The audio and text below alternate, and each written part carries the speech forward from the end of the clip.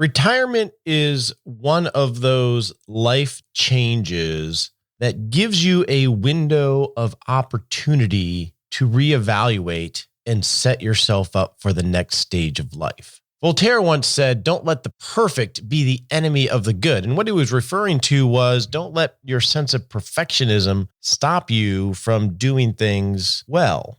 Some things don't have to be done perfect. So as we think about reevaluating where we want to live in retirement, I want to flip that around a little bit and say, don't let the good, what your life is right now and where you live, be the enemy of potentially better. We need to reevaluate that during this window of opportunity in retirement. And that's what we're going to talk about this month on the Retirement Answer Man Show.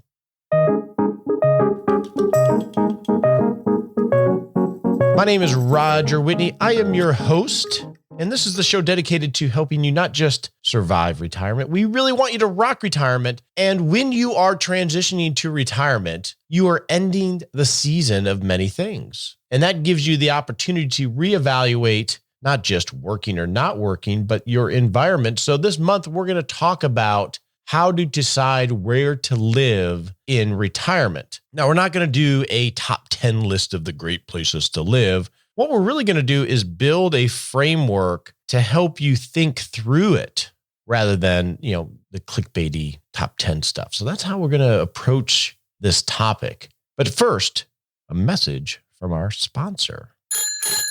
Compound interest is the eighth wonder of the world. He who understands it earns it. He who doesn't pays it.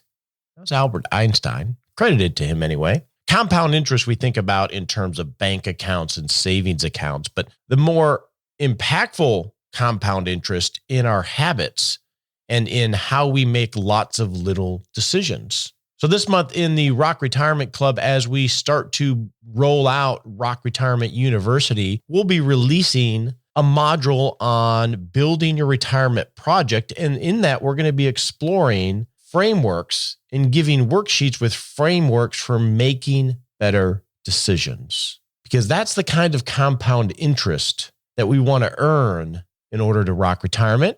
If you have an interest in that, go to rockretirementclub.com. We'd love to have you consider joining.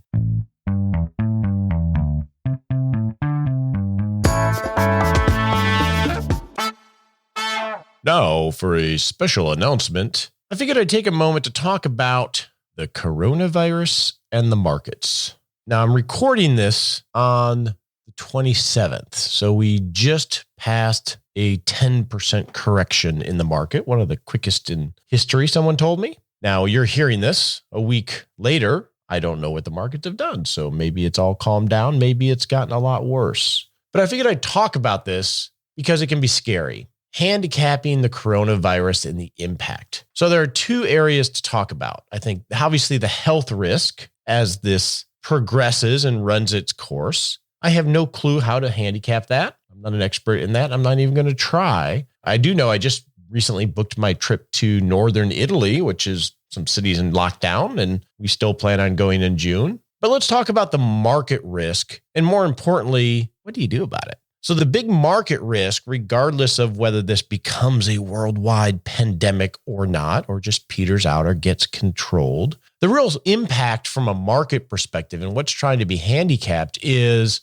how much is this going to slow down the economic system, which in turn will impact profits and growth. That's really what is going on with the markets of trying to understand, even with what's already happened, how much is this going to impact earnings and growth of companies? And then there's some additional handicapping of, well, if this continues, what could that look like? Could it wipe out the entire year's growth in the worldwide economy? Potentially, the way everything is interconnected, one place is affected that produces critical parts for a company that is across the world, and they can't get those parts. Everything slows down. It's like a big LA traffic jam.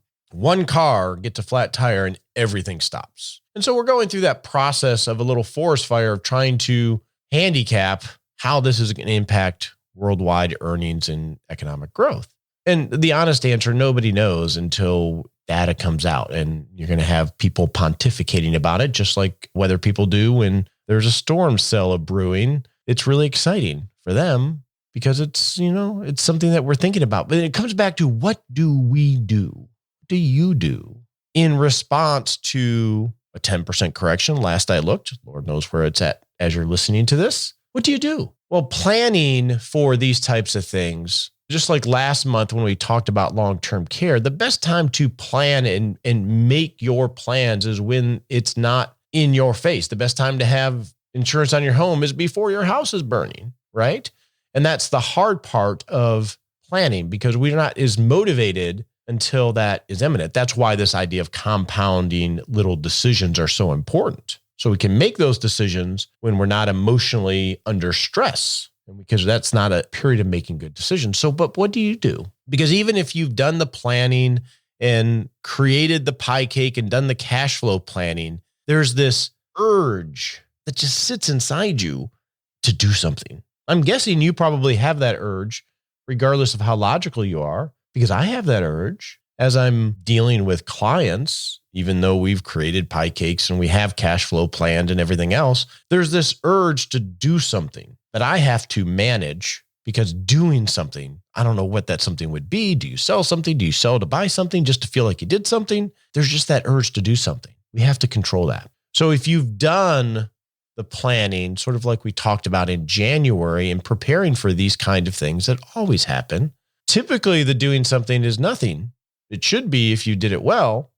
If we're down 10% right now, that should already have been factored into the plan and been okay. Just like if we're up 10%, likely we're not going to do anything in that realm either. So the way I think about this, and I guess some of the ideas I want to share with you is, if you've done all of the little decisions that have compounded to plan cash flows and reposition to less risk, potentially because you're going into a different season of life, then review that and remind yourself of that so you can center yourself more. And I've had to do this over the years with clients of under stress with markets. Well, let's go back and look. Remember, we did this. And remember, this is what the cash flow is going to look like for the next 3 to 5 years. And remember, this is how we accounted for it. This money is there. So the money that's at risk that you see going down is not money we're going to touch for 5+ years. But you have to remind yourself of that if you've done this work, because I think this is a caveman thing. Someone was explaining this to me the other day. We see something burning,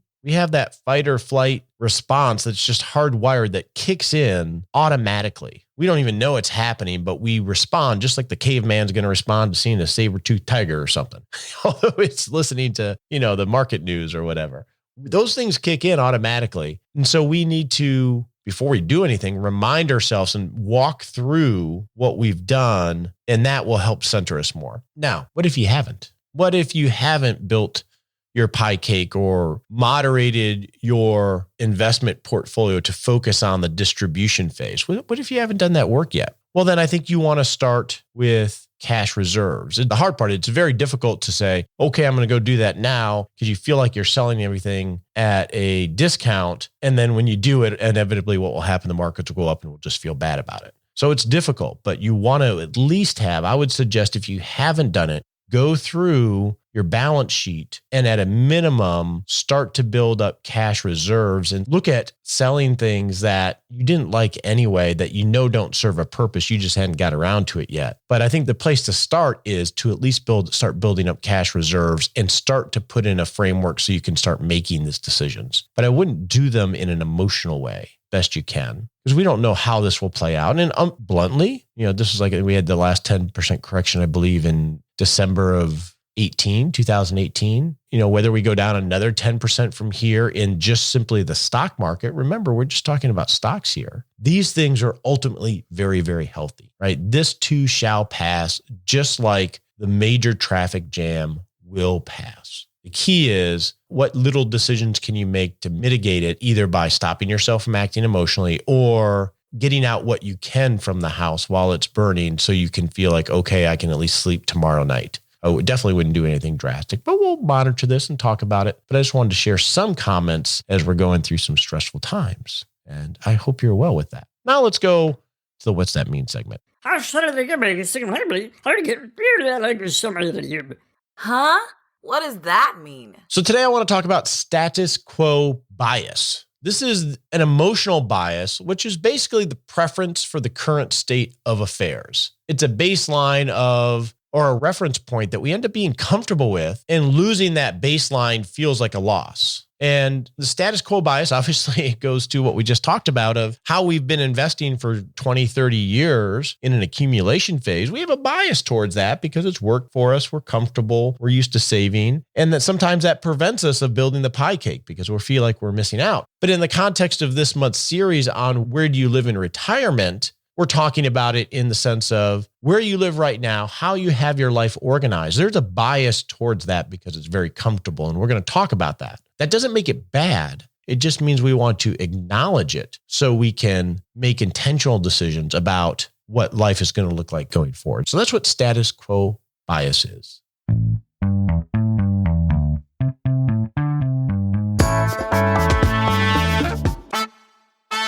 So this week, I want to talk about not getting trapped by what is. So I have a question for you. How did you come to live where you do? What was the journey to the house that you live in right now? Maybe you've been there for 20, 30 years. Can you think back through the steps that brought you to that? I think of myself. I grew up in Ann Arbor, Michigan, very comfortable there. Almost all my family went to University of Michigan. And then when I graduated high school, I moved to East Lansing, Michigan to go to Michigan State. And the logic was for me, I just didn't want to go to school where I grew up and I wanted to be at a Big Ten school. So that was my first move. And then when I graduated in 1990 from Michigan State University, my mom had just passed March of that year. And my girlfriend, serious girlfriend, was in Texas. And so I felt like a sort of chapter of my life was ending in Michigan. And my girlfriend, who was an eminent fiance and 30 years of marriage this year, moving to Texas and grounding myself in Texas where my wife was and her family was, made sense. So that's how I got to Texas. And then we got married. And then I think in 92, we bought our first home. So we were in Arlington, Texas, because that's where her family was. And I just lived in an apartment. And then when we got married, we bought our first home in Flower Mound, Texas, which is just north of the airport. So that's how I got to Flower Mound. And then we lived there for about 10 years or so. And then we moved back down to the Arlington area. I live in Mansfield, Texas, actually. And the reason we did that was my wife had left work to raise the children. And we wanted to downsize our life as I cleaned up some of my financial messes. And we wanted to be near family. And I wanted to start a business in Fort Worth, where I had officed in Dallas for years. So that's how we got to Arlington. And then we've been Mansfield. And then I think in 2008-ish, we moved 2 miles away, literally across the highway. And the logic was we wanted to be near family. We wanted to be in the same school district, but we wanted to get out of the neighborhood because there were elements of the neighborhood that we just didn't think was a great environment for us. And then so here we are in the same home, 2020, our kids are graduated. And that's sort of how we got to where we live. I was just going through this because I'm asking you, how did you get to where you live? And so now we're empty nesters.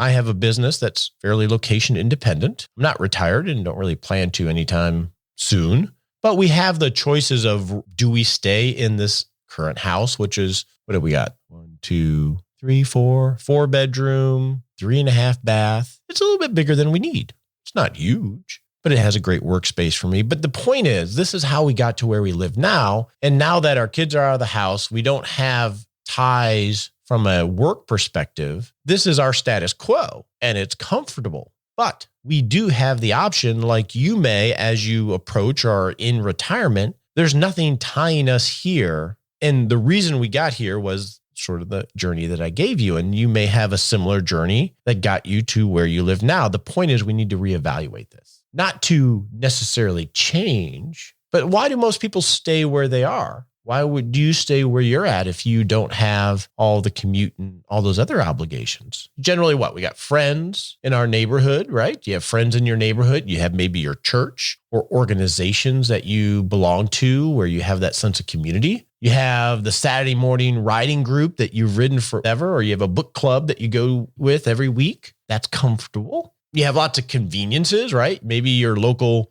Starbucks or coffee shop, you know the barista when you walk in, they say, "Hey, Johnny, how you doing?" That's comfortable. I like that. I remember when I worked in downtown Fort Worth, there was a waitress. I went to the same restaurant every day, ordered the same thing, and I would just walk in, and it was like Norm from Cheers, right? I sat down and they knew my name and they knew my preferences. That's comfortable. That's convenient. The pharmacist knows me, right? And you have family connections. One thing that's keeping us here is my wife's mother and father live about 2 miles away, and they're in their late 70s. And then her twin sister lives 2 miles away. So that family keeps us here. We walk Sherlock pretty much every day, and we say hi to the same people in the neighborhood. It's comfortable. We know the streets. It's what we know. Now, I'm not saying that we should blow this up as we walk through where to live in retirement. My point is we want to acknowledge that this is a status quo that we need to acknowledge so we can think through, because when you retire or when you're location independent like I am,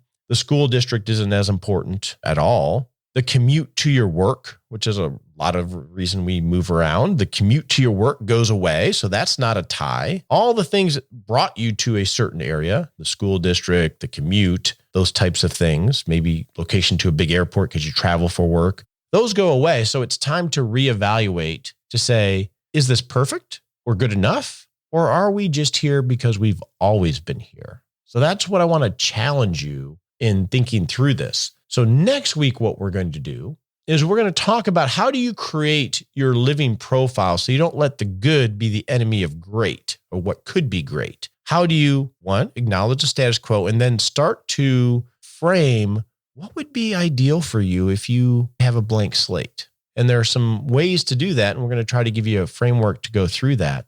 So hopefully you'll join me on this journey to making lots of little decisions so you can rock retirement. Now, let's go to our Q A segment and answer some of your questions with our good friend, Nicole Mills.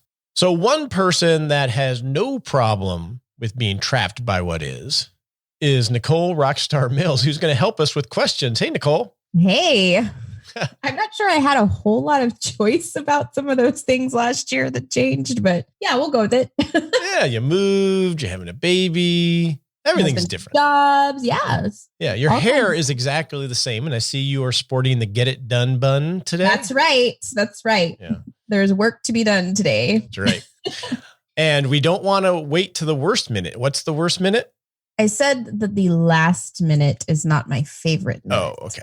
I'm messing it up. How I phrased it last week when we were working on the course. Yes, that is true. That is true. Okay. So what do we got today? First up, we've got an audio question from Sandy. Hi, Roger. My name is Sandy, and I have a question for you regarding selling stock from a brokerage account. My question is, what are the pros, cons, and considerations I should think about when selling stock by specific shares versus the common first in, first out method? It's my company stock, which I have accumulated over the past 25 years, and fortunately, the gains, appreciation, dividends have nicely exceeded the stock purchase cost basis. I know I'll have to pay taxes on those gains, which I will attempt to minimize through tax bracket management over the next few years, especially before I file for Social Security at full retirement age or later. Is it better to sell newer shares that haven't quite appreciated as much as older shares to minimize my gain, since my income will be higher this year, being my last year of work before I enter pre-retirement? That's a great question, Sandy. And let's talk about what he's talking about so we all have good understanding here. So when you own individual stocks, or even mutual funds, actually, you could do it with, you have a cost basis for each individual lot, which is each purchase that you made in that stock. So let's say I hypothetically own shares in Nicole International. What kind of conglomerate would you be? Books. Can I be a book conglomerate? You can be a book conglomerate. So coffee. Yeah, coffee. So if we purchased shares in Nicole International, let's say over multiple years. So every year we bought another $2 million worth of Nicole International because it's a very expensive stock. Each time we purchased it, we would have a tax lot, the date that we purchased it, the price that we purchased it at, because each year the price would be different. Most likely it would keep going up. So when we go to sell the stock, so let's say we own 5,000 shares of Nicole International and we bought them over 5 different years in 5 different tranches, 1,000 shares a piece. And each year the price went up. If we wanted to sell 1,000 shares of Nicole International, The brokerage firm is going to report, and usually it's on your 1099, but really it's just for your purposes, cost basis wise. They'll use what's called first in, first out. They'll just take the most recent share and say, this is what you paid for it. It's actually your obligation to report it to the IRS, what your cost basis was. And so what Sandy's referring to is, well, he has these 5 different lots of Nicole International. One was purchased at $100 with the stock price being $105. And the first lot being purchased at, let's say, $10. So it's appreciated well. So when he sells his 1,000 shares, you can choose the lot that you're selling. So in this example, Nicole International, we have 5 different lots of 1,000 shares each. If we go to sell 1,000 shares, we can tell the IRS which one of those lots we're using as our cost basis. And if we use the first lot, that was bought at $10 a share, we're going to have a huge gain that we would pay capital gains on. And if we use the most recent lot, the one that's fairly close to the current price, we're going to have a very small gain and basically just be getting a lot of our money back. So we'll have a very small capital gain. And that can be an advantage when you're trying to manage your tax bracket. So Sandy's basically asking, does it make sense to do that? And how might you go about doing that? So it can make sense, especially obviously the bigger the dollars we're talking, the more this can impact your tax liability. And you're trying to manage in retirement, it sounds like, a lot of different levers. You have your tax rate because you may not have income right after you retire. You have IRMA when you're dealing with Medicare. You have Social Security taxation. You have all sorts of things because you're not earning your traditional income or you're about to end. So my suggestion in approaching this, Sandy, would be is first, I think in general, whether you're dealing with this issue or not, is as you're getting into real near retirement, you want to start doing some multi-year tax projections, because when that big paycheck goes away, you're going to have a lot of control, a lot more control over when you realize income. And you want to find out where there are some advantages and how you move all these levers to manage your tax rate and your tax liability and IRMA coming into play with Medicare or Social Security taxation, et cetera, because it's going to influence a lot of decisions. So step one, map out the first 5 years of retirement, what your projected income is going to be for each year, and then how much money you need to spend each year. And then you can start to think of, okay, how am I going to get that money? Am I going to sell stock and pay capital gains? Am I going to take money out of after-tax assets? Am I going to drain my cash? Am I going to take money out of my IRA? And then go through mapping out how you're going to pay for those first 5 years. Because this, Sandy, is going to lead you,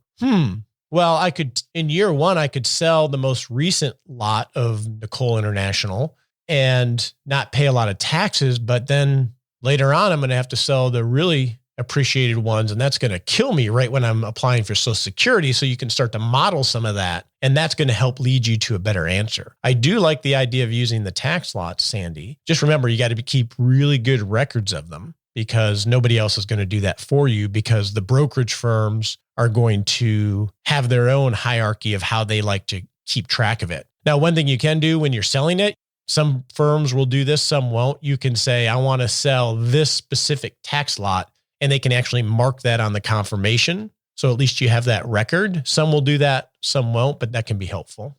That makes sense, Nicole? Makes sense to me. I'd buy shares in Nicole International, that's for sure. All right. Our next question, Nicole, which you can't see yet, is on long-term care. We got a few on long-term care because we just got done talking about it. Okay. Our question is from Jay, and he wrote, "Hi, Roger. So glad you're doing a podcast on long-term care. As Christine Benz said from Morningstar, buying long-term care would be a luxury item. There's no way my wife and I can afford $500 or $1,000 a month premiums. A CFP friend said insurance companies have learned many hard lessons and dramatically increased premiums. So I guess we're stuck with Medicaid and liquidation of all assets if we go south health-wise. I hope you can address what average people can do. I'm a teacher. My wife's a nurse. We don't have a big inheritance coming. It's all on us. Is there anything average income people can do, or is it just take care of health and hope for the best? Thanks for everything." It's a good point, Jay. Most people are stuck because the premiums, and I think Steve said last month that an average traditional long-term care, we'll just call it $3,000 a year.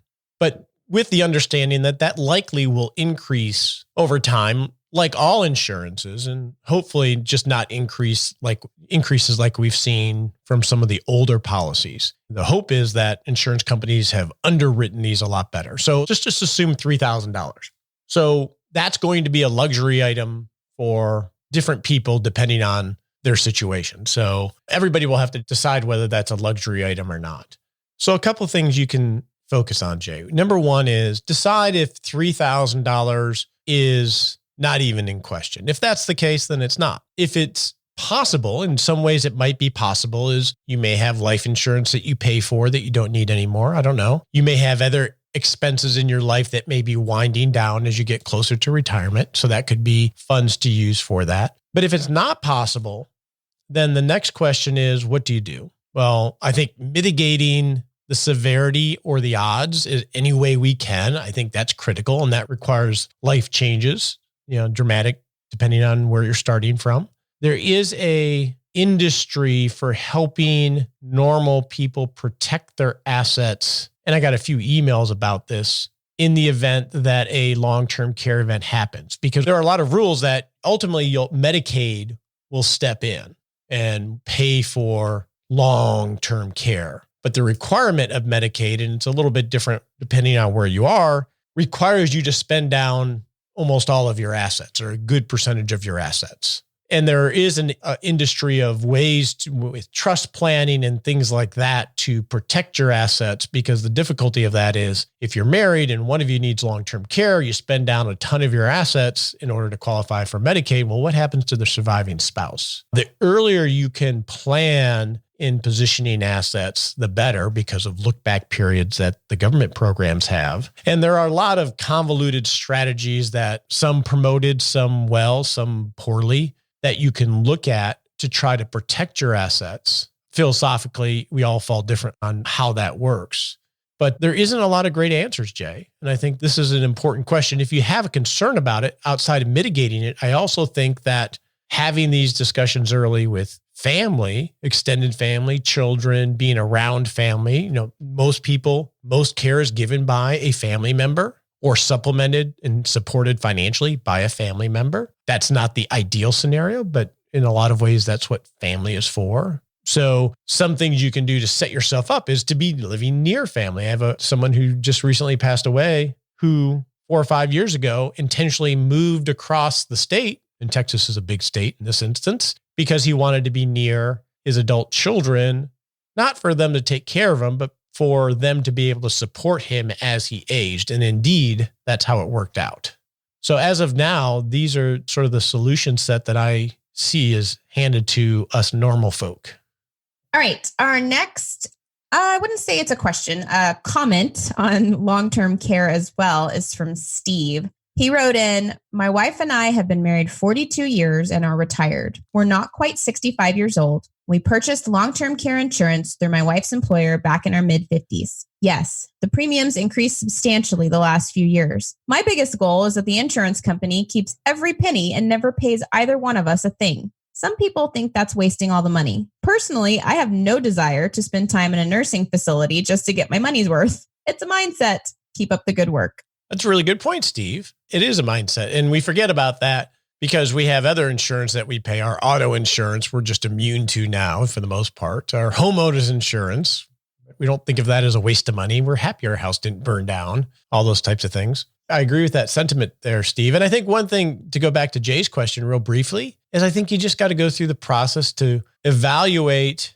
how important it is to you to try to mitigate or transfer that long-term care risk, and then determine how much you can afford to transfer if you desire to, and then just make an educated decision about it. So the fact that you're thinking through this, I think, go through the process of deciding. And if you can't do it as far as affording the premium, then you can't do it. And that's okay. But at least you went through that process. And there's a lot of peace with that. There's a lot of things in life that we end up having to go through. And it's like, I'm just going to have to bear that risk and do my best to manage through it. Sometimes you just have to decide when you get there.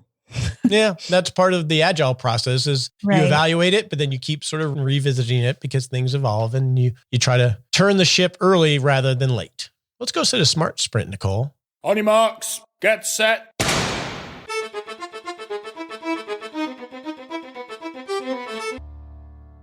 And we're off to set a baby step that we can take in the next 7 days to rock retirement. You don't sound very rocking there. You sound and sort of. We're off. Yeah, well, I don't know. I just wanted to think through it. I don't know why. Anyway, we're on this topic of where to live in retirement. Don't get trapped by what is. Start having this conversation with your spouse over the next 7 days. I have been having this conversation with my spouse for the last year or two. For as long as I've known you, I feel like. And I'm convinced. I remember when we bought our first house and then when we bought our second house, which was a bad decision. She should have stopped me there. Most of these, and every relationship's different, are usually driven by me. Even we're trying to build this outdoor area in the backyard. And she's had a desire to do this for some time.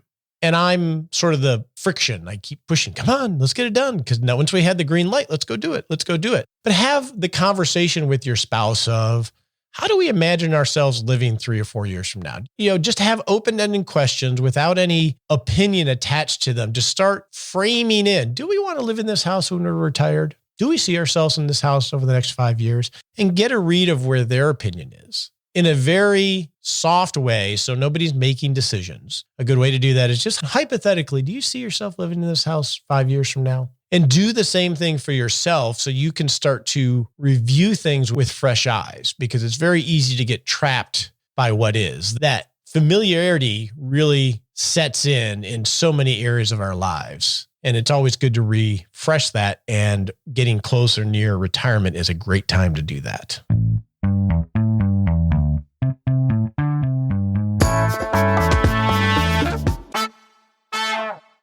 Nicole, this voice message feature that we have for listeners to ask questions? Yes. I thought you liked audio questions. RogerWhitney.com/ask Roger if you want to ask a question. We forgot to say that over the last 2 shows. We love getting questions and feedback, and we try to respond personally. The voicemail is awesome because essentially what you do is you just hit record and then you ask your question. And I just love hearing our listeners' voice. Well, we had a few today. We had Sandy last week. I got one the other day. I believe it was from Scott. And he sent a voicemail question, and it went so long that it cut him off and just hung up on him. I think there must be a limit on how long. But it was wonderful. It was a great question. He gave tons of background. He was appreciative of the show. And I emailed him back. I'm like, Scott, that was a great question. I want to answer it on the show. Can you make it shorter? Did you have to ask? I said, can you do it again and be more concise? He's like, oh yeah, sure. And in fact, actually, when it cut him off, he sent us an email too, right? Right. I think that's just so awesome. Just the passion of people with the questions they have. So hopefully we're answering them with as much passion and thoughtfulness as you're asking them. But I just think it's so cool that people are so passionate about it and want to not just ask their question, but love on us and help other listeners, sort of like Steve earlier on his perspective of long-term care. I just think that's awesome. Yeah, it's kind of fun, especially when people write in, not super frequently, but fairly often. So we sort of feel like we get to know some of the listeners. Yeah, definitely. But as much as we love the passion, we definitely don't give advice on this show. So you need to talk to Don't listen to us, guys. Well, you can listen to us, but don't take advice from us. Talk to your legal advisor, your financial advisor, and your tax advisor. And hopefully you're as passionate with them as you are with us. We appreciate you joining us today for this episode of Retirement Answer Man. Be sure to visit rogerwhitney.com/answers to access the Retirement Answer Library with over 30 checklists to help you make the most of the only life you have. Remember, you have more power than you realize to create an amazing life starting today with Retirement Answer Man. The opinions voiced in this material are for general information only and are not intended to provide specific advice or recommendations for any individual. All performance referenced is historical and no guarantee of future results. All indices are unmanaged and may not be invested into directly. Have a wonderful day.